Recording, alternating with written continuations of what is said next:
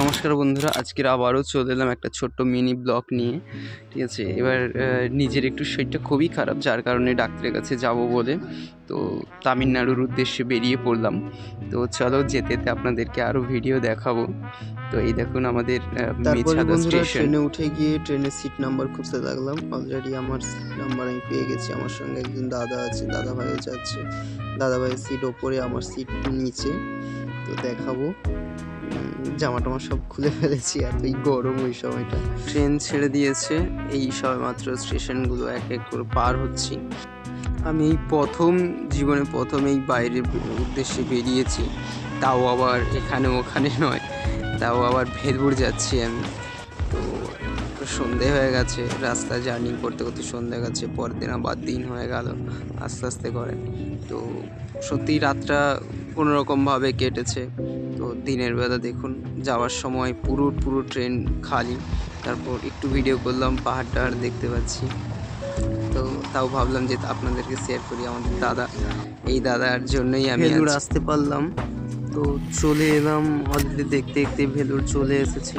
তো একটু হেঁটে তারপর আবার বাস ধরলাম, বাস ধরে আবার রওনা দিলাম। তো বাস থেকে নেমে পায়ে হেঁটে যাচ্ছি যে অটো ধরতে হবে। তো অটো ধরে গন্তব্যস্থলে যেতে হবে, অটো ধরে নিলাম। অটো ধরে আবার ওখান থেকে ডাক্তারের কাছে একটু নামলাম, ডাক্তারের কাছে একটু হার্টবিটের কোনো সমস্যা নেই, একটু গ্যাস্ট্রিক চেক করে নিতে বললো।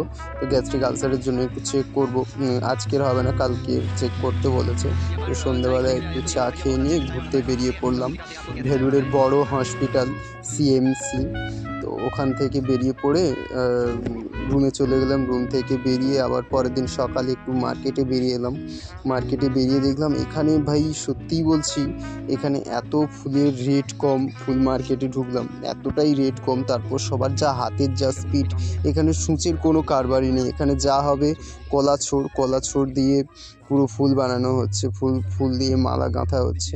তো দেখাবো সবাইকে। সত্যিই এখানে অসাধারণ, মানে ঢুকে পড়েছি যেন একটা স্বর্গে ঢুকে পড়লাম।